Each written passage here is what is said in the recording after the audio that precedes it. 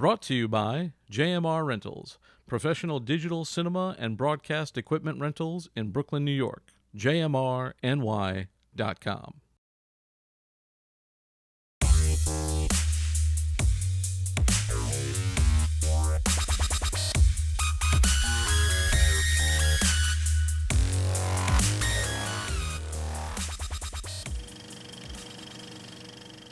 Hello and welcome to No Rest for the Weekend, where we go behind the scenes and talk to the creators of independent entertainment. I'm Jason Godbey, and joining me via Zoom today, he is a two-time Academy Award nominee, recently nominated for his work on BlacKkKlansman. His new project as writer-director is Son of the South, Mr. Barry Alexander Brown. Welcome, Barry. Oh, Jason, great. It's great to be here. Thank you. Thanks for zooming with me. I appreciate it. And you look dapper. You got I love the hat. You put on a hat and all of a sudden, It covers it's like up a friend of mine said, flowers and a suit hides 1,000 sins. So yeah, this hat must hide at least a couple of dozen.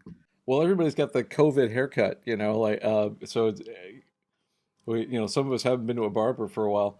But I want to talk to you. There's so much to talk to you about because you have a rich history, and I want to talk to you about your recent project. But first, I want to talk to you about you. So, how did you get into filmmaking, and what is your origin story? I fell in love with film as a teenager and knew even when I was in Alabama, because I'm from Montgomery, Alabama, that I wanted to break out and make movies. I was in community theater there, and but as my father said, my father was in the U.S. Air Force, so we moved a lot, and a lot in the South though, and my father said to me at the time, "Have you ever met anybody who ever even worked on a movie?" I said, "No, I never did." But I figure it's real people and they come from everywhere.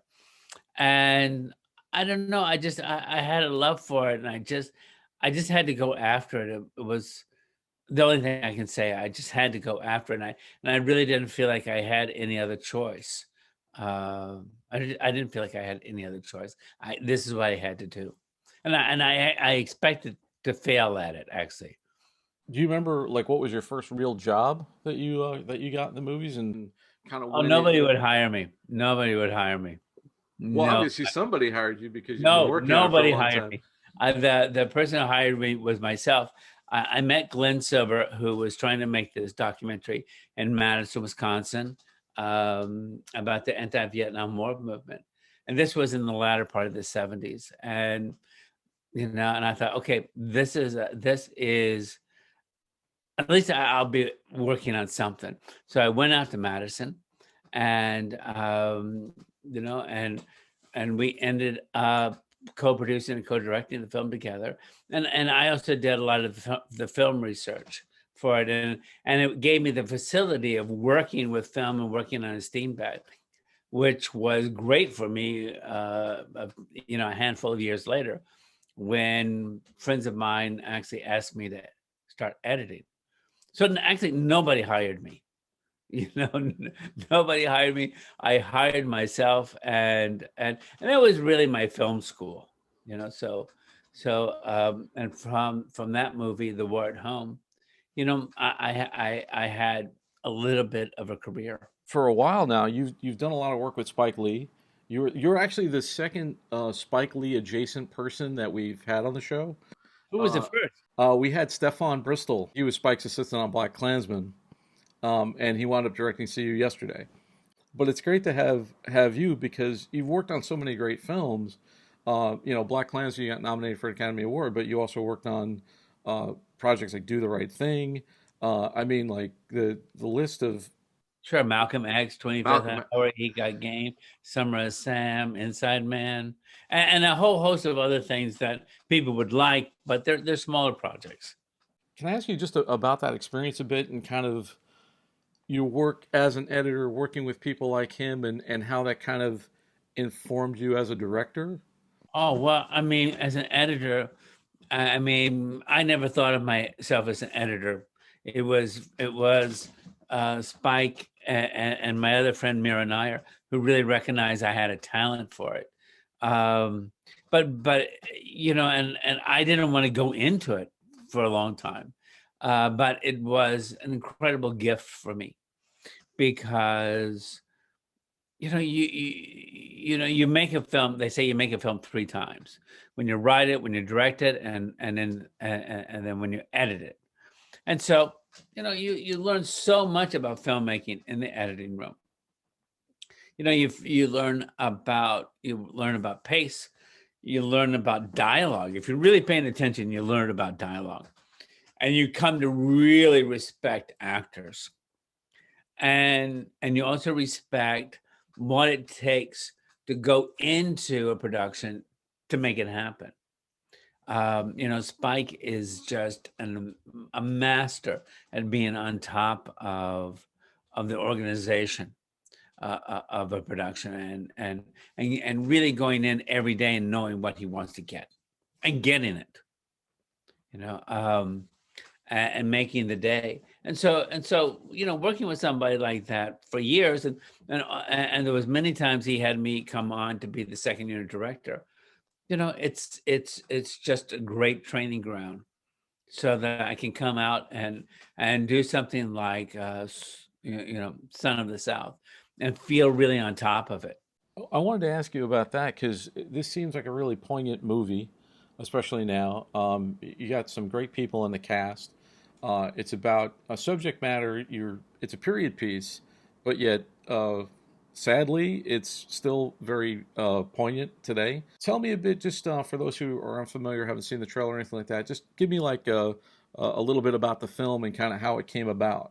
Well, the film is about Bob Zellner, a white guy from Alabama, and it's about his transition from being completely on the outside of the civil rights movement in the spring of 1961 to being pulled into the very center of it by the end of that summer. And it allowed me to say things that I wanted to say about the South that I grew up in. I liked that it was the story that took place in my hometown of Montgomery, Alabama, and then I could actually bring the South to life in a way that people who maybe haven't grown up there would have a hard time doing. I'm not saying it's an impossible thing to do it, because you see the Coen brothers, and they're pretty successful at capturing the South. So, and those are two boys from Minnesota. So it's not like you can't do it, but most people miss it. Most people really miss what the South is about. And so, I wanted to do a film that was a film that I could do, which is about the struggles of a white guy who's dealing with his past, which is, you can't grow up in the South, especially at the time that Bob was growing up, and later the time that I was growing up, that you're not infused with a certain amount of racism. I mean, I could tell you some of the phrases that we used in high school, that came out of the Montgomery bus boycott of the mid '50s. And we would say them, and they were just, we thought, well, this is not meaningful. This is not, but they were horrible things to say, phrases that got used. So I felt that I could do a film about a white guy who's struggling with, where do I stand on this issue? And what do I do about it? And who am I? And what kind of person am I? And because he went through that, and I felt like I went through that at some point, many years after he did. I mean, I was too young to be a part of the civil rights movement. Do you feel like, therefore, it was a personal film for you? Do you think that you kind For of me, very personal. It was a very, very personal film. Even though I'm talking about Bob Zellner, there is a scene in the film in which the character Bob Zellner is asked, what was your first uh, memory of race? sense of race. And he tells a story about when he's about 4 years old and being in a little five and dime store with his mother, and she gives him a water pistol, and he goes over to a water fountain to fill it up. And the water fountain that he fills it up in is his height. And he's grabbed from this water fountain, turned around by this woman who he doesn't know, and she says, that water fountain's for colored people, and you're a little white boy.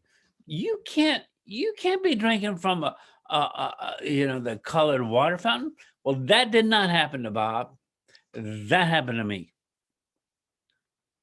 And so and it was something I wanted to use because it says something about the indoctrination, that you go through. I mean, of course, for me, I remember thinking about that as being completely and utterly petrified, and I could remember this woman's dress. And so I had somebody make a dress that would match my memory of the dress, whether or not that was a real memory or not. But I wanted this dress because that's what I remembered, Whenever you're dealing with an issue like that, it's race or sexism or any big hot button topic, I think there's a real chance that the movie can sort of devolve into an encyclopedia or like be preachy or heavy-handed. Was that kind of the angle? Because I would imagine that there's a fine line to walk when you're trying to make a picture like that. Well, I definitely did not want it to be preachy. And one of the things that I did not also want was for anybody to come across as a cardboard character, because you see this time and time again. You see this about films about the South, is that somebody who's racist is just a cardboard character. Well, there were people in my family who were deeply racist, people who I actually loved and admired because they had all these other qualities to them that were wonderful, and yet they had this one thing about them that was horrible, this deep-seated racism. And so I really wanted certain people like Doc, who turns out to do some pretty horrendous things in this film. And I want you to like him at the very beginning and see his worth. I mean, he's a guy who was a medic in Korea who saved people, even Black people, in a war zone, and yet would come back to, he's from Mississippi, come back to Mississippi, and he might lynch somebody, he might go as far as that. And so, I mean, it's hard to wrap your head around those two things, but those were, those were the kind of things that happen, that somebody could be, a good friend, a good father, a good husband, but just be a monster when it came to race. And it's heartbreaking too, because, as governor of Alabama said, Big Jim Folsom, he said, people of Alabama, a lot of people here in Alabama, they don't see when they're holding these other people down in the ditch, they're in the ditch with them, and that is so true. I mean, all that kind of racism did nothing but hold people back and everybody back. And it still holds people back. It still holds people back. Because I was thinking about that. My next question, I wanted to ask you kind of about working with actors. You got Brian Dennehy in this film, the late great Brian Dennehy, terrific actor, Tony Award winner. But he's playing like a Klansman in this film. So how do you work with people on stuff like that to make them human, and not play caricatures or two-dimensional, because there's that thing in movies, like you were saying about the South, where you got the evil racist guy, and then there's like the good white savior guy who comes along we've seen that movie before. I don't think we probably need to see it again. But how were you able to kind of navigate that? Well, I mean, if you see that first scene where we introduce the grandfather, and he's in a Klan robe, right? And I mean, the irony of it is, Bob and his grandfather come out and they meet in the middle of the street with, the Klan behind the grandfather and the students behind Bob, you know, and the grandfather is in many ways trying to figure out what's going on here, Bob. You know, they tell me this and they tell me that, and he says, well, and Bob says, we just went over to do research for a paper we're doing for that professor, and the grandfather accepts it. He goes, so this is all about schoolwork, I mean, you can see that the grandfather thinks, oh, you're just naive, son. I understand that you're in school and you're trying to do well, but you got to be careful here. So he's clearly loves his grandson, clearly very fond of him. And then he shows up later and basically threatens his own grandson, which the grandfather really did in real life. I mean, I didn't make up that line where the grandfather says, you come to Birmingham to protest, to sit in, whatever. I'll put a bullet through your head myself. And he meant it. He never did it. And Bob did go to Birmingham and did protest. The grandfather is flawed, but yet there is still this warmth that he has for his own grandson. He's not just, what is it?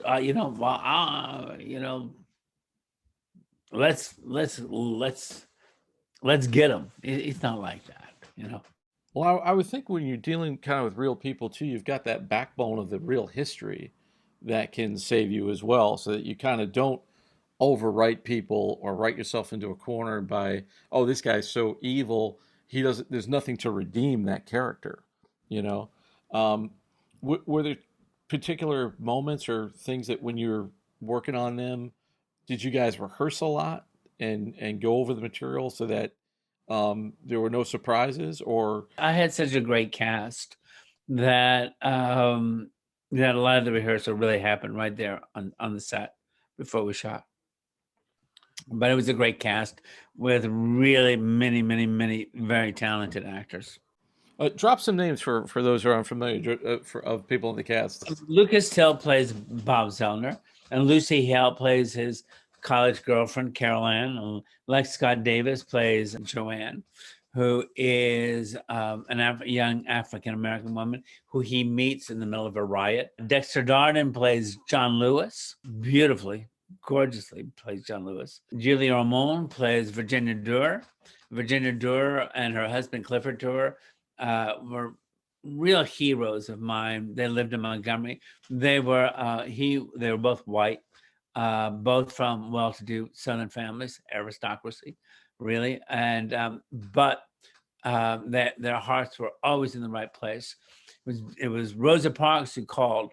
That's who she called to get her out of jail in 1955. Cedric the Entertainer, who plays the Reverend Ralph Abernathy, and Sharon Lanier, who plays Rosa Parks. And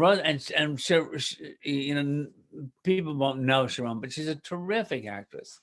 Who I'm telling you, she plays the best Rosa Parks that's ever been played. And then Shamir Anderson. Shamir was working on Goliath, the TV series, and he could only come at the very end of the shoot to shoot his part of Reggie. He was so amazing. He was just, when I saw how good he was, I thought, oh, wow, I would have written a lot more for him. I would have brought him earlier in the movie. What Variety said about Shamir is he said that Variety said he steals every scene that isn't nailed down. And boy, is that not true. But also, giving myself a little credit, I wrote some wonderful, wonderful things for him. And then there's, Shaka Foreman, who comes in to play his own father, Jim Foreman. And, as Bob said, Bob knew Jim Foreman. I mean, there's a scene where Jim Foreman and Bob Zellner meet. And that is how they met, they met in the movie. And Bob said once, and he got a little teary-eyed when he said it. He said, "Man, Shaka just brought Jim right back to life," And so, and Ludi Len, who plays Derek Yang, a Asian American who joins the Freedom Riders. I mean, there's a lot of people who don't know that there were Asian Americans who were Freedom Riders, Asian Americans who joined that movement. It's a lot, listen, obviously it was primarily a Black movement, but other people came in to join that movement. Other people came in because they said, this is the right thing to do, and it wasn't just white people, it was also Asian Americans. And when I say Asian Americans, the character that Ludi plays, his family's been, he's 4th or 5th generation American. Did you feel that there was any point where you kind of did the screenplay or did the movie ever get bogged down in a history lesson? Because you have these people playing real people. Like, how do you avoid that when you're dealing with real subject matter? I mean, you try to really avoid that for sure. Bogged down for any reason, you really try to avoid. You try to keep it flowing. You try to keep it like pulling people in who, for want of a better word, you're trying to keep it entertaining, really. And I never wanted to preach to people. I don't think for something like this, people should be preached to. I think that people should be pulled in and taken along, just like the character Bob Zellner has been taken along, and experience what he experiences. And Jake Abel as Doc is incredible. I just want to say one more name. Who should see this movie? Who needs to see this movie, you think? And can it change anybody's mind at this point? I certainly hope that it creeps into people's souls to say, yeah, listen, just like Bob Zellner, you can't stand on the sidelines. You can't. If you see something wrong, stand up, do something about it. Do something about it. At least stand for what's right. I mean, we're all raised to believe that America is supposed to stand for what's right, and that there's inalienable rights to people. And they don't, in the Constitution, it doesn't say citizens. It doesn't. It says, all men are created equal. It says that all men have, inalienable rights. And I mean, that's across the board. For me, that's across the board. Doing this film, this is what you said, your 3rd feature that you've done, and you've worked a lot as an editor, obviously. But for anyone who is approaching material like this, or maybe they're new to features, is there any advice that you would want to impart to maybe a new director? We get a lot of new directors, I think, that listen to this show. Well, I mean, you got to start with a really good script. You got to start. I mean, that's the foundation for your house. Is a really good script and really good dialogue. And in terms of really good dialogue, listen to the way people really talk. And when you write this dialogue, you write it in a way that actors can deliver. And they're not speeches, they're natural. Write something that's natural, something that has some flair to it. And every character has got to have their own voice. Every character has to have that. And if they don't, there's something, for me, something very, very wrong. It's something very limited. And then in terms of directing, be as organized as possible going in. There's always going to be things that will come up where you have to wing it, but have such foundation that when you wing it, you're winging it from a place of stability and strength. And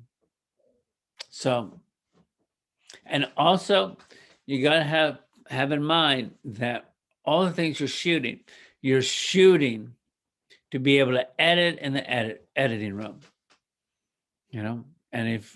and maybe every once in a while you can be artistic and get that one shot, but other than that, get coverage because you're not as brilliant as you think you are. Okay, and get in there so that when you find, oh, you know what, this didn't quite work as well as I thought, you have some room to be able to manipulate it in post. That is my advice. That is some great advice, man. Get great actors. Get great actors. Write a naturalistic script and shoot coverage. Be prepared. Somebody should put that on a stone somewhere. Somebody it should be engraved in every cornerstone of every film school across America. This is great. I'm going to wrap up, but for people who want to know more about you, know more about the movie, where can they find you on the web? Well, we have a website. Well, it's sonofthesouth.film, and you can find. I think you can find me there. You can find out a lot about the movie. And that's all we have time for today. Thanks so much for taking this trip down the rabbit hole. For more of our content, including our movie reviews, visit our website, norestfortheweekendpodcast.com. Don't forget to like, rate, and subscribe on your favorite podcast app. Once again, I want to thank my guest, Barry Alexander Brown, and our sponsor, JMR Rentals. For Behind the Rabbit Productions, I'm Jason Godbey. Thanks for joining us, and we'll see you next time.